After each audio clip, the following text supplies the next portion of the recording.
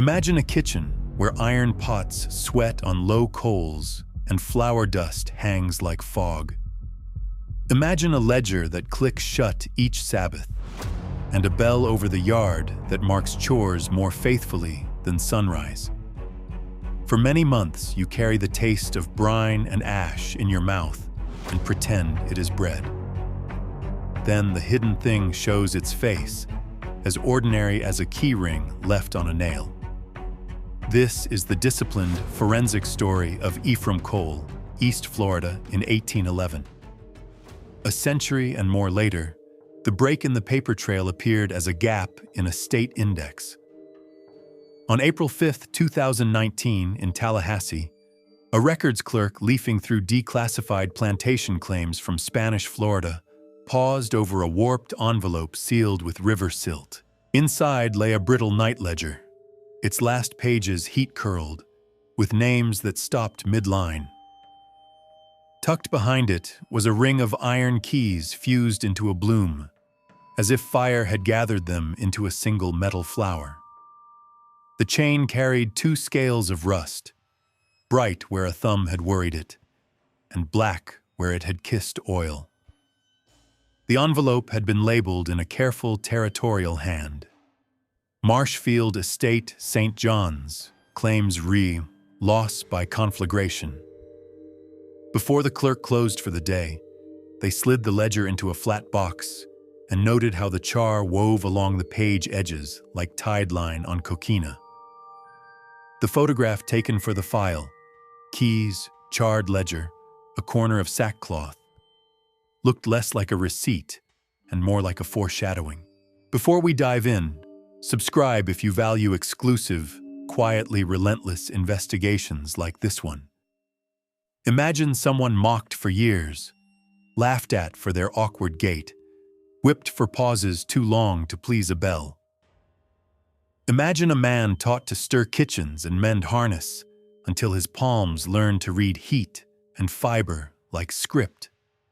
For 18 years, he endured the small theater of humiliation, the petty errands that sent him past a stoop just to be tripped, the chore reassigned not for need, but for sport, the punishments staged on the porch to amuse guests.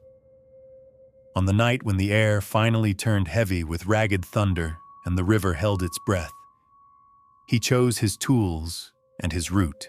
He put steel to those who had ruled that porch and stacked kindling where the wind could carry cinders into eaves. But as he bent to lift the last lock on the quarter's door, a sound rose from the orange grove that was not wind. What would force him to change the plan? They called the place Marshfield. The house sat on a low rise of shell and marl above a ribbon of water that unspooled east toward marsh, and beyond it, the sea. The live oaks leaned over the lane like jurors. Palmetto fans filled the gaps with the patience of green paper. Heat held through dusk, stored in lime-washed walls and the chimney bricks, then drew out in a breath just before full dark. A bell fixed on a bald cypress cut the day in equal parts. Pre-dawn rouse, breakfast wash, row till the sun is a fist over the pines. Boil until the stew goes dull, scrape pots when the crickets begin. The bell governed shoes and bare feet alike. Under it, a long table in the yard served as both bench and stocks. The same rope that trussed meat on feast days tied wrists on others.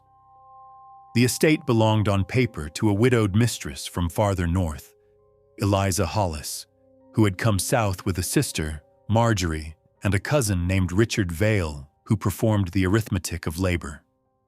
The three formed a triangle of authority that both overlapped and contradicted itself.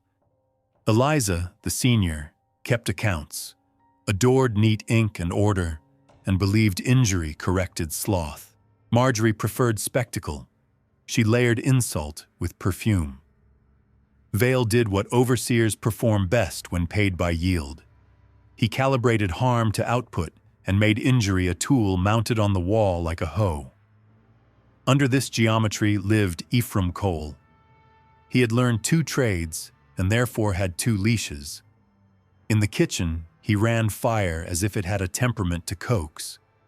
In the tiny forge by the tack shed, he drew iron to shape, buckles, staples, hinges, picks that could pry a knot without splintering a board. Others called him quiet, which is to say not insolent, tall enough to stoop at thresholds, scar at the left temple from a blow that had not been accidental. Routines kept him upright. At dawn, a step into the water trough to cool the ankles. At noon, a pebble held in the mouth to keep from swallowing rage with stew. At night, hands on the coals to measure heat by nerve, a count to 12, then pull off the pot. He mended harness, and in that work he came to know not only leather, but the discipline of loop, strap, tongue, and buckle. How a slip of steel shaped like a question mark turned pressure into hold. Humiliation became its own weather. When Marjorie crossed the yard, she could make a barn stall into a stage by clicking a cane against the door.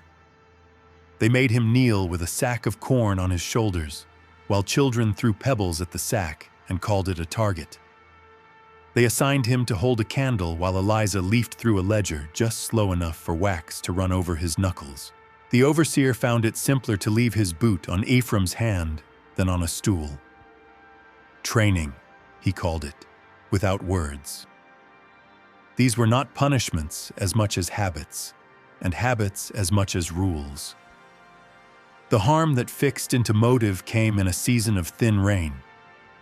Through the months when the St. John's ran high, but the fields did not drink well, Vale shifted blame to those who could be reached.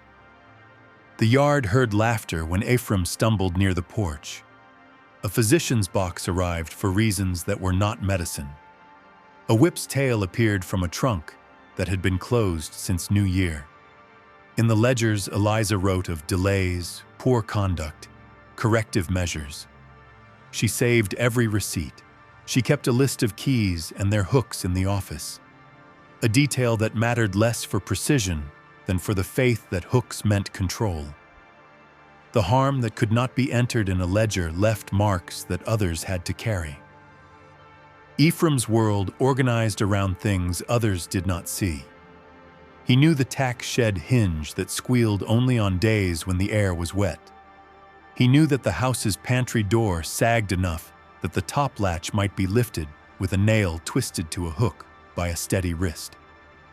He learned the wind that rose at dusk from the marsh carried sparks toward the house if fire kissed the right corner of the drying shed.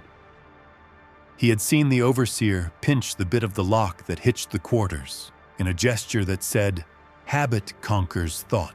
He watched Vale thread the decoy keys through his fingers for show before tossing them to a nail.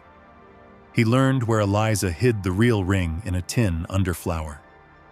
He learned that fig sap left on rope turned slick in humidity and then set like glue when the air fell dry.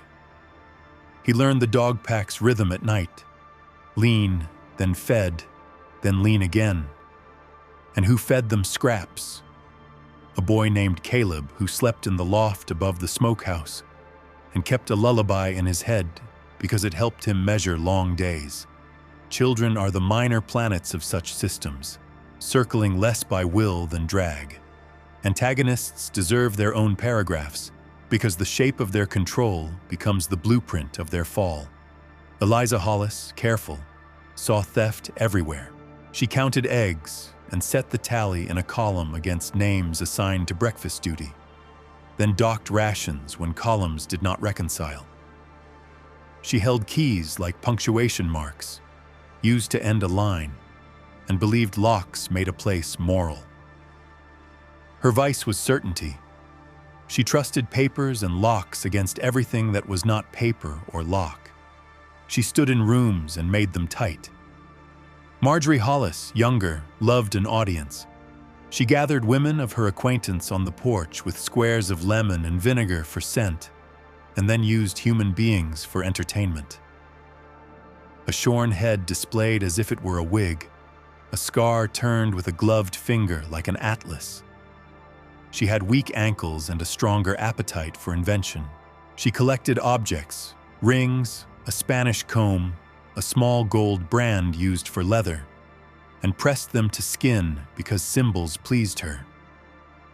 Her weakness was attention. She required eyes and left trails. Richard Vail measured work in weights and in pain. He walked with a hickory staff tipped with an iron cap and used it to press shoulders level. He kept dogs lean to make them useful and fed them just enough to keep them silent. He drank, not to excess, but to calibrate himself to the slow of evening, and then his choices became more theatrical. He loved routine because it made others predictable. His weakness was also routine. He drifted along grooves he had cut. Artifacts seated themselves as if the night was already composing itself. The ledger with char-scalloped pages would later show yields steady until the last tally of a week in late summer, then stop. A set of keys on a wall nail, too visible to be true, a decoy, waited in the office while the real ring lay buried in flour, a tin beneath the leftmost bag. A rust-flecked lock on the quarters door often stuck. Vail would slap the shackle once with his staff before turning the key, an unconscious move that left a dent. A fig tree grew on the lee side of the pantry, where the sun made the sap run thick. A coil of tarred rope hung from a peg in the drying shed, sticky where tar had bled in heat. The forge had one bucket that always held water and one that held lard for oiling. The lids looked the same, but the smell told them apart. In a clay jar near the ashes slept pitch scraps and pine knots saved for rainy days. Ephraim's private rituals gave shape to waiting. Each night, after the bell shook the crickets into their chorus, he would take a fragment of wire and bend it around a spoon handle or the lip of a clay pot until it shaped itself into a gentle hook. He made them absent-mindedly, then straightened them, then curved them again, teaching his hands to feel the line where iron will bend without breaking. He watched the winds turn along the yard's edge by how smoke rose from simmering pots. He counted heartbeats until the smoke drifted horizontal, which meant marsh air had woken. He cleaned the kitchen blades with a cloth dipped in cold water and ashes because grit left a better edge than soap. He strung small bundles of dry palmetto fibers under the eaves where no one looked. He did not speak to anyone of these preparations, because preparation itself was the only language he owned that no one could take. The irreparable harm that hardened into motive did not have one date. It accumulated like scale in a kettle, layer on layer, until heat could not move through it without anger. There were beatings staged for laughter, and there were beatings done in smaller rooms with only the mistress's carriage driver as a witness. There were humiliations that used food as a tool and water as a weapon. There were injuries that would later be entered as allegations in an affidavit, one of which, the record says in the driest form, involved an assault of a sexual nature. That line, in a court copy reproduced decades later, holds its own gravity. This account does not reproduce such violence in narrative. It marks it as part of what the system did and moves on, as the night itself would move. Ephraim's plan, in its earliest bones, came from the ground. Fire travels faster on the lee side of a building, where wind curls. The drying shed's roof of pine shakes would take a spark and throw it, like a hand tossing seed. The house's pantry door sagged out of square.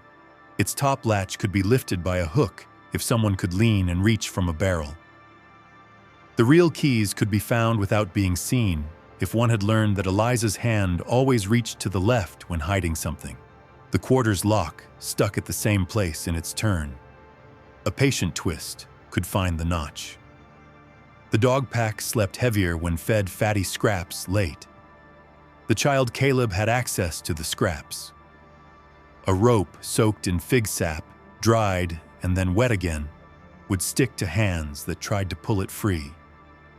A decoy ring could be hung on the overseer's belt with a split ring that failed under stress. Each of these were truthful observations. Together, they were more than truth. They formed a path. The estate itself contributed its map. Marshfield sat between river and grove. To the west, a trail ran toward pine uplands, where a Seminole camp sometimes traded fruit for iron and left prints like prayers. To the east lay marsh that could carry sound a long way and feet only a short ways before drowning them in cordgrass. The only road that a cart could take ran past a neighbor's cane patch, where dogs barked at all hours and a lantern hung high as a lighthouse. By late summer, the air thickened with storms that rose at dusk and broke near midnight. Thunder would cover shouts if thunder came on time. If thunder did not, there would be other sounds. The system of surveillance had its own blind spots. The bell could not be rung and listened to at once. The overseer slept in a narrow room off the office, and drink made his hearing longer but slower. The women slept on a second floor, not for air, but for the false comfort of height.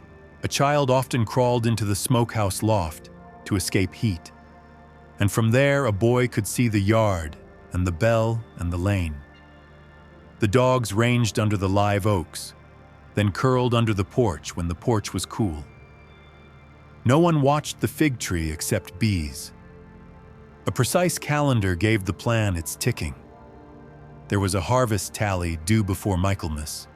There was the expected visit from a Spanish official the week prior to inventory bonded crops. Such visits drew attention to locks and to ledgers. Eliza would spend evenings counting, and thereby leave the decoy ring on the nail longer. The storms that gather in late summer on that coast often arrive after sunset with little rain at first and much wind. That wind, if it came from the river, could push embers toward the house and then lift them over it. If it came from the grove, it would run fire along the shotgun sheds like a wick. Heat and air and wood and iron all conspired toward conditions that a patient hand could lean upon. Sometime in the weeks before the night, a new sign entered the yard. On the underside of the cypress bell, an old wasp nest had clung for years, a gray oval like a knotted fist. That season, swallows nested there instead, smearing mud into tiny cups and filling them with life that ignored the schedule of the bell. Children pointed. Marjorie ordered the nest knocked down and was denied by Eliza, who said swallows ate flies and we needed fewer flies. The nest became a metronome for eyes that looked too often at the bell. A small, living refusal in a place designed for compliance. On a late afternoon, when the marsh went still and light went sour, Caleb brought bones and skin from the kitchen to the dogs and watched their bellies round. He had been told to, one imagines, by someone who had taught him how to hum when the day hurt. Ephraim wiped a blade that had peeled yams and placed it with care on a shelf where, later, a hand could find it in the dark. He checked the hook he had bent into a question mark with wire from a broken strainer and hid it in the fold where the pantry door sagged. He lifted the lid on the tin under the flour and, with 2 fingers, touched cool iron teeth without lifting them. He set the tin back and smoothed the flour's face with the back of his hand, as if time itself laid down a surface. The charged image in Tallahassee's file, the fused keyring, was once cool in a tin. The charred ledger had once smelled of vinegar and ink. The rope that tar and sap had taught to grab had once swung freely. The boy who fed the dogs had once hummed without knowing he would become a witness. The bell with swallows above it would ring, or perhaps not. In either case, it would mark a boundary the way a clock marks the edge of a vow. As dusk pressed against the house and lightning made a map of the marsh, the estate prepared for a normal night under an unnormal sky. In the quarters, Elders counted grandchildren without numbers, just names, and lifted tired babies from dirt to pallets. In the big house, keys were counted and hung, then counted again and hidden. On the porch, a cane wrapped wood in what someone believed to be authority. In the office, a ledger closed on a page that left no space for another entry. The forge's water bucket sat where it always had. The lard bucket, twin to it, waited for a hand that knew the difference. The plan had as many pieces as there were tools in the yard, and each piece had to sit where it belonged until it was called. The ticking signal was not only a clock. It was the wind that rose then dropped, then rose again, the way it does before a storm decides itself. It was the duller bark of dogs with full bellies. It was the way the swallows settled under the bell in a knot and fell silent. It was children being told to sleep early and not knowing why. It was footsteps that traced the same loops they had traced every evening for 18 years, and one pair of feet that traced a slightly longer loop to pause near a pantry door, then a drying shed, then a hook. It was the slow drawing of air before a flame takes. On that night, Ephraim would step into a sequence he had practiced in parts for many months. He would choose to move his body through spaces according to physics learned in heat and humiliation. He would place steel where breath had lived, and he would lay small fire where wind would feed it. He would reach with wire for a latch that hid behind a sagging seam of wood. He would carry keys that had slept in flour and make them a chorus. He would lead not only himself, but others through a door that had defined their lives. In the orange grove, an unexpected note rose that he had not planned for, and it bore a human shape. How he would handle that note would decide whether the night ended as rumor or as record. The plan did not begin with fire. It began with weight and reach, with a hand learning what a drooping hinge will allow and what a lock will forgive when turned slowly and without hurry. On the night the marsh smelled of copper and the river held its breath, Ephraim Cole walked the yard as he always had, his steps unremarkable, a figure moving between kitchen door and drying shed with the same economy he had practiced for years. Lightning stitched the horizon. The bell under its swallows hung black against a sky busy with silent flashes. The house drew in its shutters against weather and against nothing in particular. A night like others, until it was not.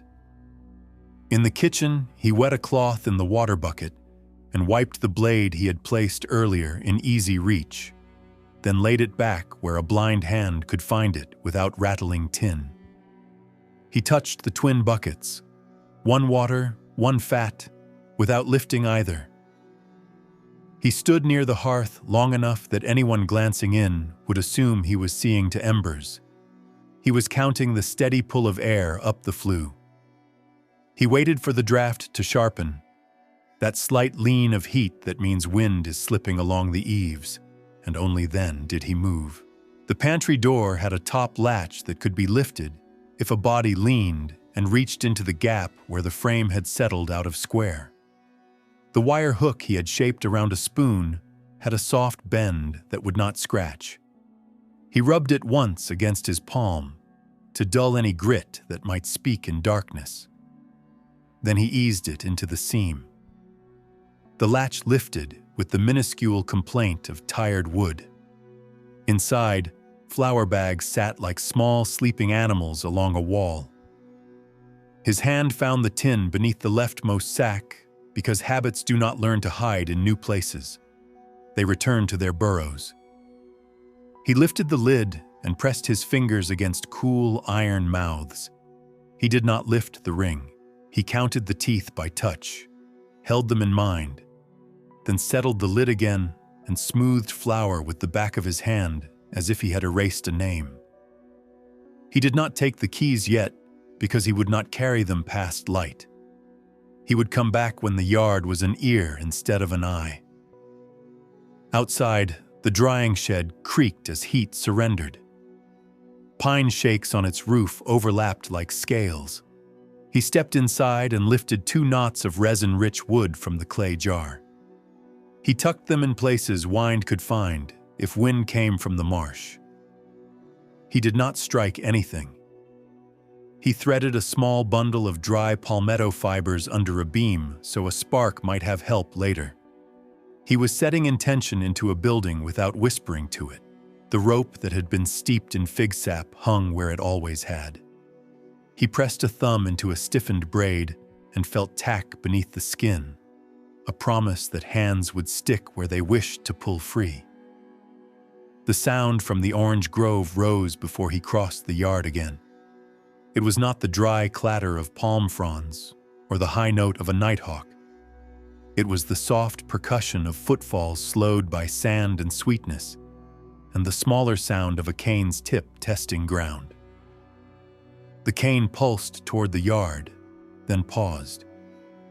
When lightning reached low enough to scrape the tops of the trees, a figure faltered at the boundary where the last row of oranges gave way to packed dirt. Marjorie Hollis stood at the edge of the grove with her free hand at her throat, testing the air as if scent could speak the future. People who build their authority on spectacle do not sleep early. She had come down from the 2nd floor to walk off heat and heed a nervy curiosity about weather and labor. She liked to count faces through windows when the house thought it was not being watched. She turned toward the porch, then toward the lane, then toward the pantry door as if uncommitted steps could mean safety.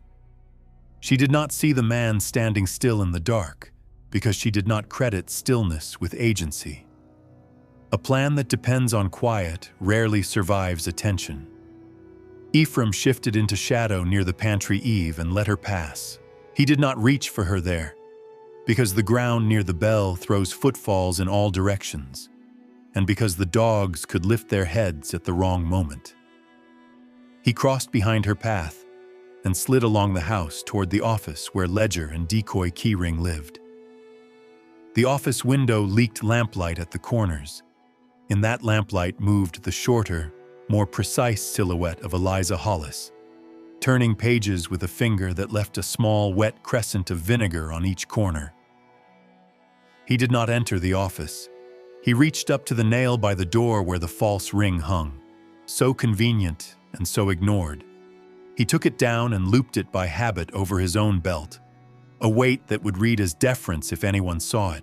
He crossed the yard to the smokehouse loft, where steps could be placed without sound if a body knew which planks complained. The boy Caleb lay curled in the loft, eyes open to heat lightning, humming some thin thread of melody that made his breath regular.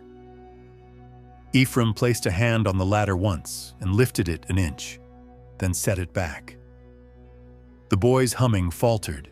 He was awake, but he did not sit up. He had been told to stay, perhaps by an elder who knew that stillness sometimes means survival. Set piece followed set piece because a yard is a sequence when learned. He moved along the line of shotgun sheds to the tack room and eased the door open by the hinge that does not cry when opened in a certain weather. In the forge's cooler, he dipped his fingers into lard and slicked them along the mouth of the quarters lock keyhole. A cruel kindness to iron that would turn in one try under heat and strain. He returned the lid to the bucket that smelled of fat and sweat. He left the water bucket where a glance would find it, as always. The dogs slept under the porch, bellies round. They lifted noses when lightning wrote in the sky, then settled. Dogs count on routine as much as men do. Fat blurs suspicion. Ephraim skirted them in a curve that avoided boards likely to groan. He placed himself once more by the pantry door, opened it by feel, and slipped inside. This time he took the tin from beneath the flour and lifted the ring. The iron mouths chimed in miniature. He wrapped the keys in a cloth he had worn for wiping knives, turning metal into fabric into skin.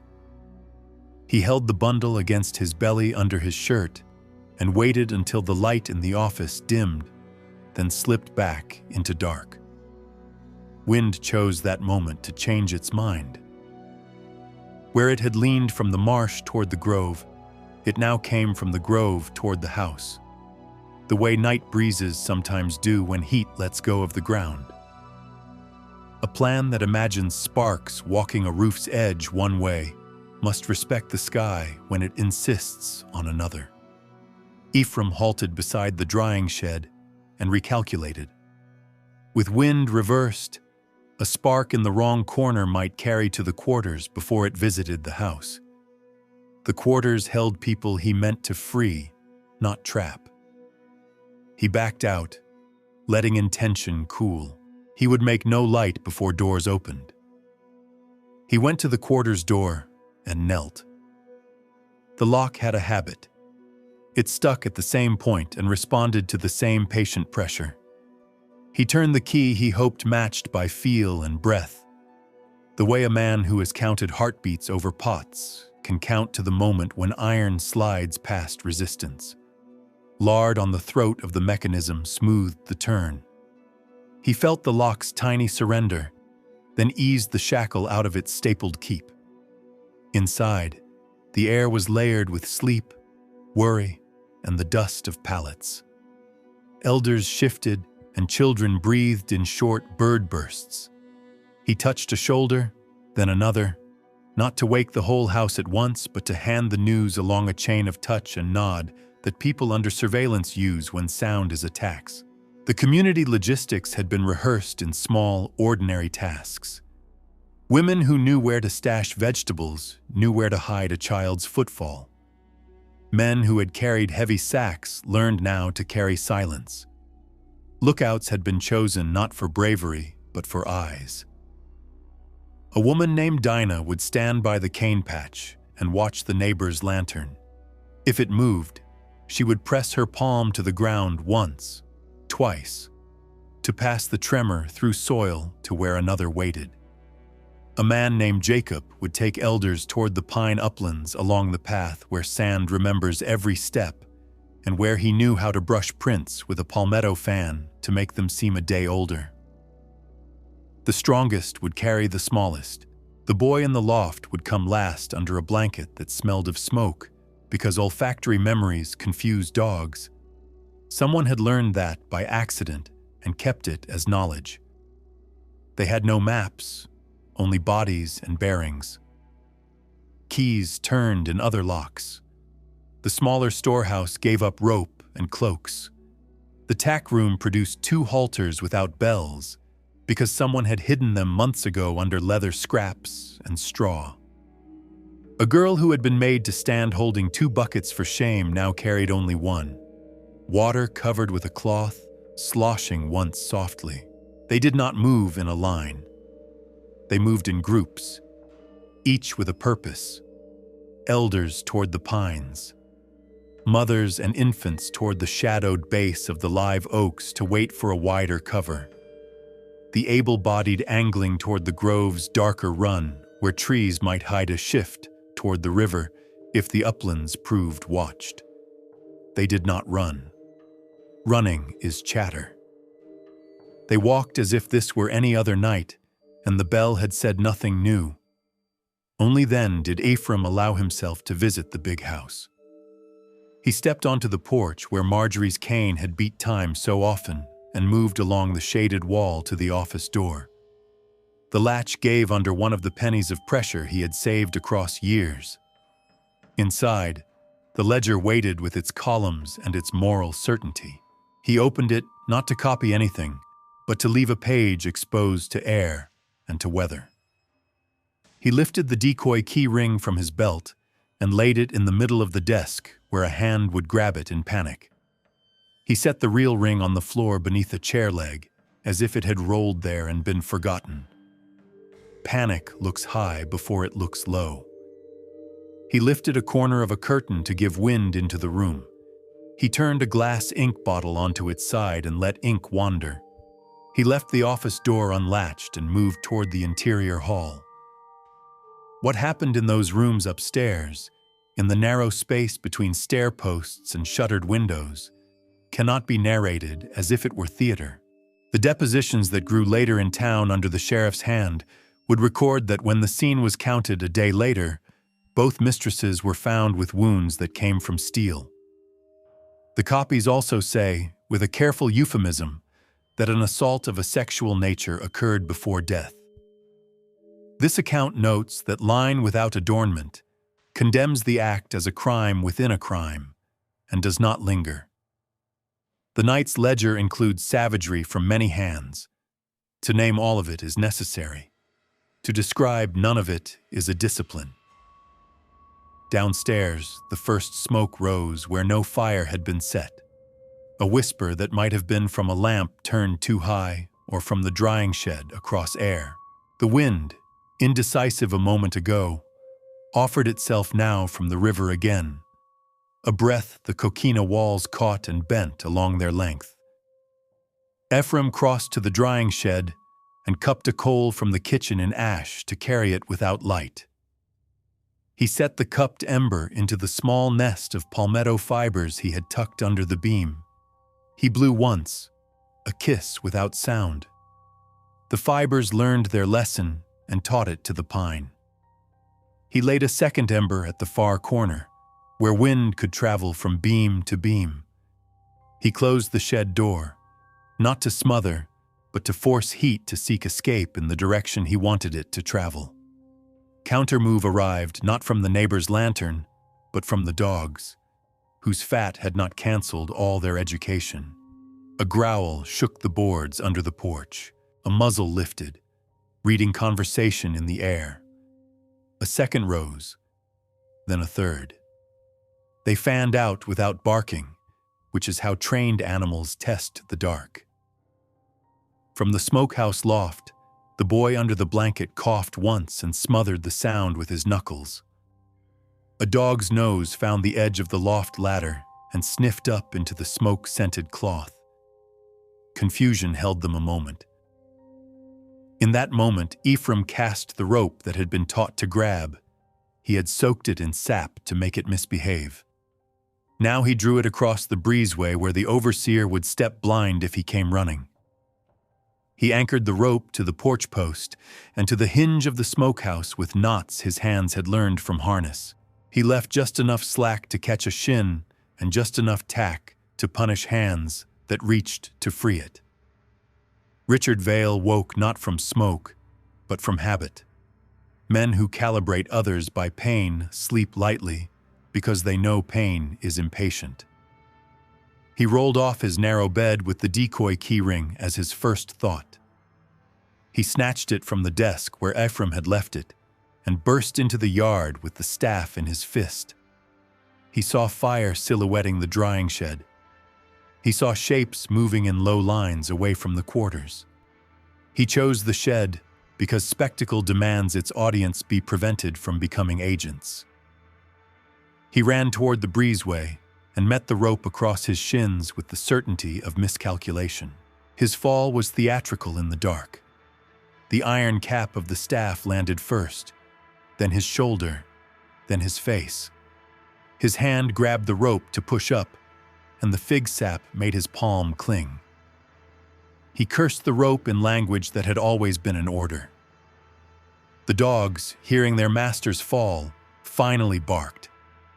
Sound broke the night as thoroughly as any flame. Neighbors do not always come when called, but sound carries over marsh like rumor. The lantern at the cane patch began to bob, then steadied as if a man had paused to listen to which direction to walk. Ephraim looked to the live oaks where the first group waited for signal. Dinah pressed her palm to the earth twice. The man at the upland path lifted his hand without waving and began to move. The elders went first, then the smallest, then the mothers with infants pressed to breasts to sponge sound, then the strong, then the boy under the smoke blanket.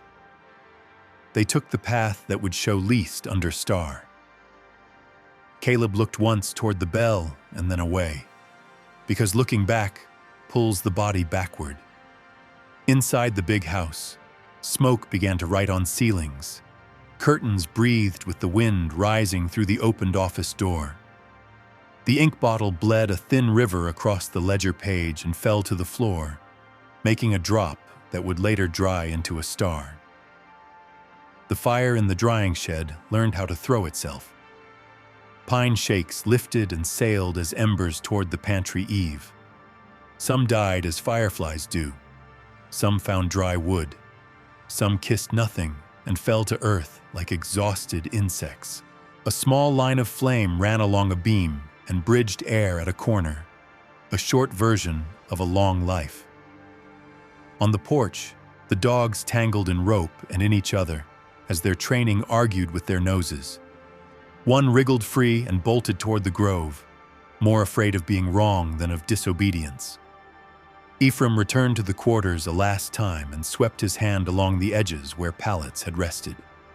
He reached into the dark corners because things left behind can be used to count. He found a small carved token, someone's pocket charm, and set it on the threshold where a hand might find it later, a private relic. He turned and walked to the office where the ledger lay open, drew one line across the last entry with the edge of his nail, and closed the book.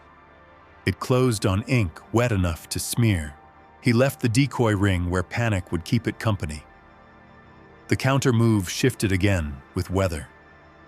The first low rain arrived without enthusiasm, a patter on coquina that would not quench anything, only lay smoke down into the yard to hug the ground and make eyes water. A neighbor's voice did not arrive. Footsteps did. In the orange grove, the cane tapped again, uncertain. Marjorie had not climbed the stairs. She lingered in weather and in her own house, the way people linger when they sense they have become small in a place they had arranged to be large. The upstairs windows lit and snuffed and lit again. The house decided what it would keep and what it would give to air. The bell did not ring. The swallows clung under it and let rain comb their backs. Ephraim stepped once into the office, slid the real key ring from beneath the chair with the side of his foot, and kicked it toward the hearth. He lifted the iron poker and propped it under the mantel as if someone had left in a hurry, because someone had. He did not take the keys. He knew what heat does to iron under weight. He knew that a ring of keys in a fallen house would tell a future clerk something truer than any spoken line in town the next day. He moved back into the yard and let himself become only another shadow among many. There are moments after which a life insists on its new tense. The quarters door stood open without a lock. The first group had reached the pine fringe and paused to count breathing and make sure none were missing who could move. The second group began to enter the orange grove in a line made crooked by care. The drying shed's roof sighed and dropped one rib into its own mouth. The house's pantry eave accepted a small kiss of ember and returned it with interest. Richard Vale, struggling at his own rope, found leverage and tore skin from his hands on sap-bright fibers, then stood and lurched toward the bell rope. He reached for it because he believed sound is power. His hand closed on air, the bell declined to help him. His second step slid in lard that Ephraim had left on the lock, a smear transferred to threshold by a key. He sprawled and lay listening to his own breath as if it were an order. Irreversibility entered like weather once it had decided. Flames took the drying shed and, with a change in wind, arced across space to learn the edges of the porch. Smoke thickened at windows in the rooms where the ledger had been a god. The neighbor's lantern began to move, slow and pulled by uncertainty as much as by duty. Dogs barked themselves into hoarseness and then chose flight over fight, scattering into the grove and along the lane in 3 directions. The decoy key ring gleamed briefly on Eliza's desk when light inside found it, then went dark as smoke filled the room. In the yard, figures moved away from buildings in the order rehearsed, elders and infants as cargo of highest value. the able-bodied as windbreaks. Ephraim last, measuring distance not in steps but in breaths, he would not surrender to panic. The moment fixed itself when the first of the strong lifted the smoke-blanketed boy from the loft ladder and set him onto earth, headed toward the pine uplands. The boy looked a final time toward the bell and did not look back again. The rope across the breezeway sagged in heat and stuck to itself like a promise. The iron ring of real keys, kicked to the fireplace hearth, began to soften by increments so small that only iron can measure them. The plan was no longer a plan. It was now record. Dawn arrived as a stain rather than a color, a gray seep through smoke that had chosen the yard as its basin. The neighbor from the cane patch reached Marshfield first, lantern spent to a nub, hat in hand in a gesture that was not reverence so much as calculation. He stepped through cinders from the drying shed and read the ground the way a farmer reads weather. Boards collapsed inward at the center, meaning heat had pooled before the roof failed. Embers collected along the porch's lee side, meaning wind had shifted twice. Dog prints darted and overlapped until they became a single indecipherable scribble that told a simple truth. Confusion had owned them. Near the breezeway, a rope lay slack and tacky, a smear of palm on its fibers bright with sap even in poor light. The overseer's iron-tipped staff lay to one side of a knee-shaped dent in ash. The neighbor did not touch the staff. He lifted his lantern and found the office door open on a room holding air as if air were heavy. Inside, a ledger sat closed atop a small lake of dried ink, one star-shaped drop crisp against the wood where it had fallen. On the desk lay a ring of keys, too clean and too few to belong to a house this size. On the hearth, among soot and collapsed brick, a fused bloom of iron glinted dull. The real ring had migrated toward heat and learned a new shape. The county sheriff rode up before the sun cleared the pines, summoned by a boy sent off the neighbor's place at first light. He stepped down into a yard that told a story louder than any mouth. He ran gloved fingers over the rope, stuck briefly, and scowled not at pain, but at the audacity of a rope that clung back. He had a deputy fetch a bucket and pour water down from shoulder height to see how ash settled. Flow told direction. He had the neighbor stand in the office doorway and hold still while he dusted the desk with his hat to raise soot. The first draft of the morning's report would say the ledger exhibited signs of deliberate disturbance, ink displaced, pages smeared, keyring placed visibly but unhelpfully. The sheriff walked the path to the quarters and found the door ajar with a lock that turned too smoothly even in its char. He touched the keyway and brought back a sheen that smelled of fat. He looked up to where a bell hung beneath a mess of mud cups and feathers. The swallows clung silent, heads tucked. He left them alone. Not for affection, but because his day already had too much noise. Bodies tell truths that rooms cannot. In the upstairs rooms of the house, the women who had run Marshfield lay where steel and smoke had frozen their final positions. The sheriff did not narrate what he saw aloud. He placed bodies in his list by location and apparent wounds. He wrote that evidence suggested a sudden attack from proximity. He wrote in another line with a stiffer hand that an outrage had occurred of a character not to be described in mixed company. He noted where ash patterns on skirts indicated collapse while upright, not supine.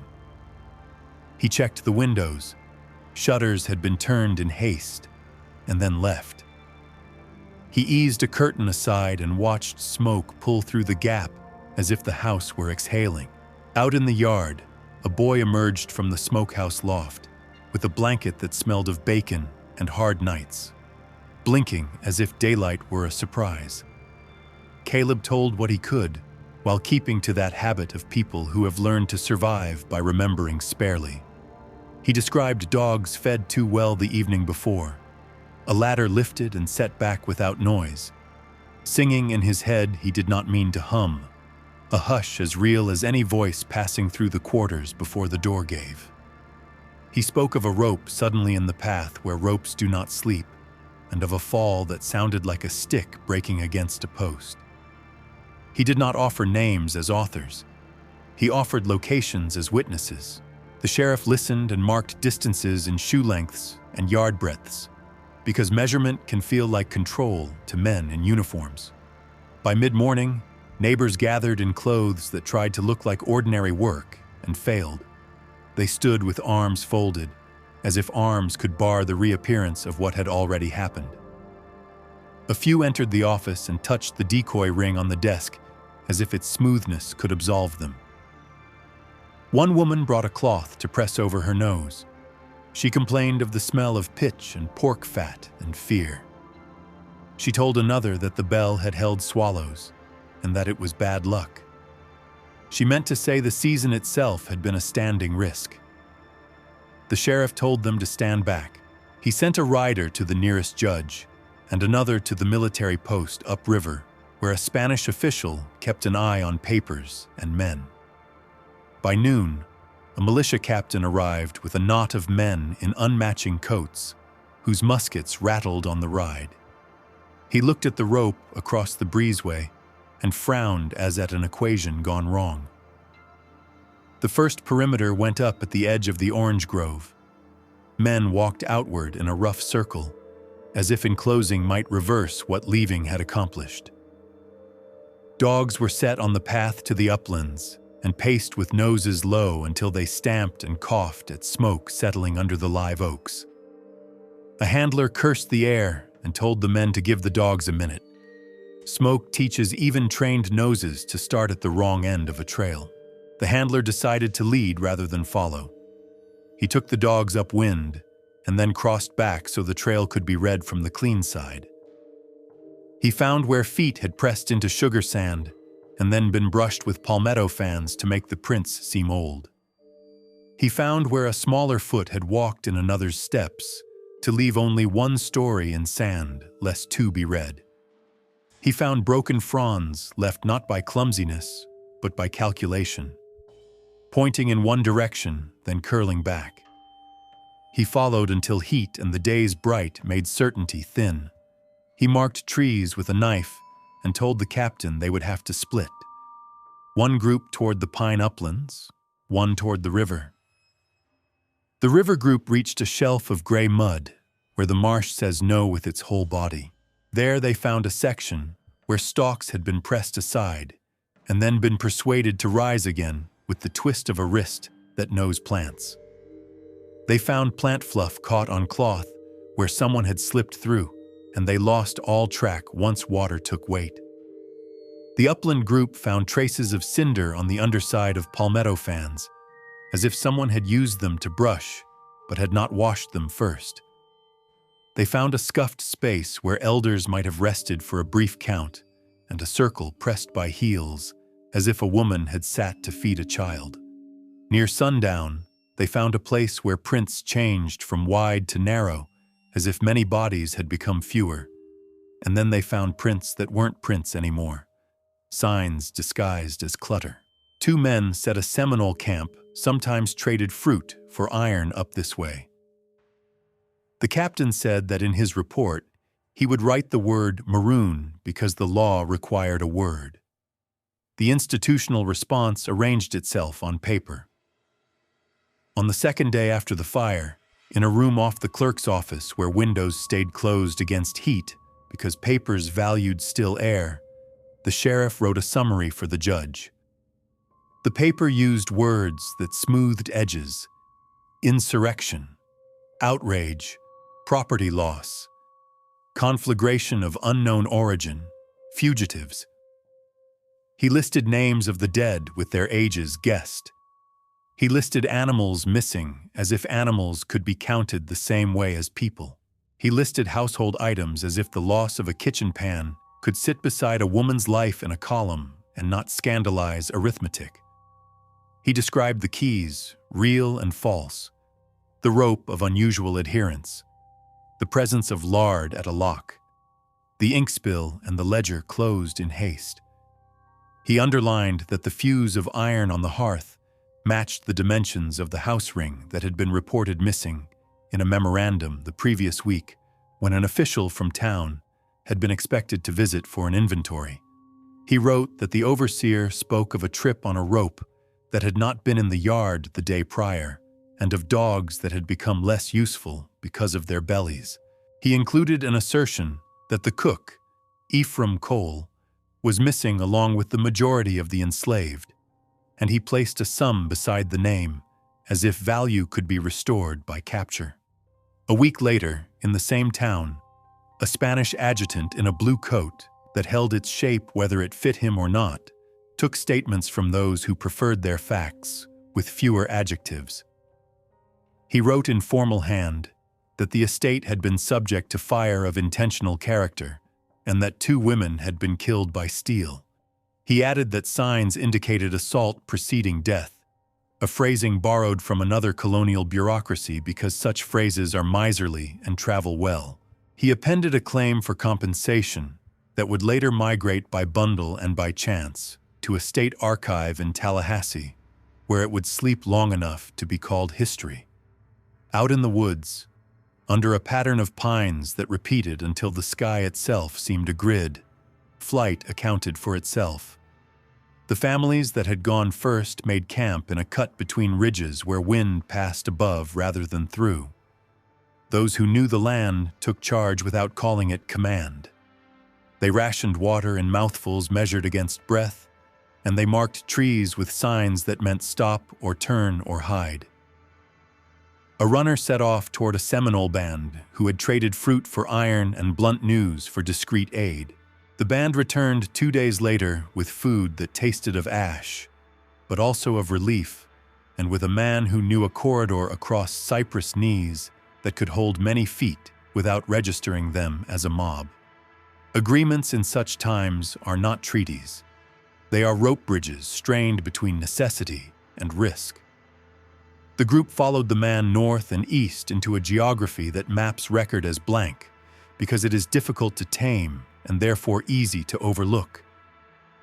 The militia patrols, one on the river, one along the uplands, kept at it for days and then at intervals for weeks. They caught 3 stragglers who had turned back after the first night because a child had spiked with fever. They brought in 2 elders who could not accept that their lives now centered on distance instead of routine. They found one body at the edge of marsh, where mud had claimed more than it could hold. They did not catch the majority. As the sheriff put it in a later, terser entry, most melted into woods or were taken up by parties unknown. He did not write the word refuge because the word did not belong to his ledger. Ephraim Cole did not return to the estate, nor to town where papers waited to shape him. Stories that insisted he died in the swamp appeared later in porches and were told mostly by men who had not been there and needed endings to carry comfort. Another thread, far thinner and more durable, ran through descendant voices that scholars would one day record as oral history. The man who knew heat and iron reached a settlement along a pine ridge where corn grew between palmetto and cypress, lived long enough to mend other people's harness and births and quarrels, and learned to keep his head down when strangers arrived and to lift it when songs did. That thread does not conclude him. It leaves him in motion, which is as close to survival as the record permits. Judgment, when it came, was paper and rumor rather than a formal trial. The bodies of Eliza and Marjorie Hollis were carried to a family plot past the orange grove, a place the overseer insisted be visible from the lane so that visitors could see respect. A circuit judge wrote a statement condemning the acts as barbarous and a sign of outside instigation. He meant to move fear into the category of foreign disease. A proclamation required patrols to double for the season and to inventory locks at plantations along the river. In kitchens from St. John's to the upper reaches of inland swamps, bells were rung at odd hours to test ears, and pantry doors were rehung into square. Overseers oiled locks twice, then decided that twice was unlucky, and oiled them once, only on a certain day.